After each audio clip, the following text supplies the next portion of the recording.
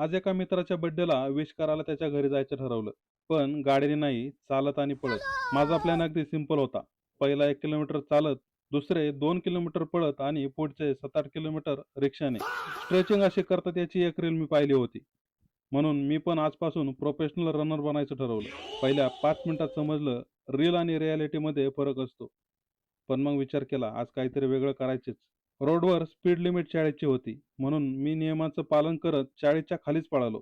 मध्ये माझे running partners पण मिळाले.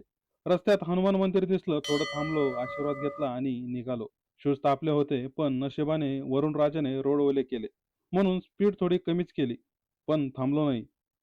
आणि शेवटी 9 किलोमीटरचा हा प्रवास करून बर्थडे बॉयच्या घरी पोहोचलो. केक कट केला. खरं सांगायचं तर आपण रोज काहीतरी वेगळं करायचा विचार करत असतो, पण सुरुवात करत नाही. म्हणून आज ठरवलं काहीही असो करून बघायचं. म्हणून तुम्हाला पण असंच काहीतरी वेगळं करायचं असेल तर तुमचं तुम्ही करा.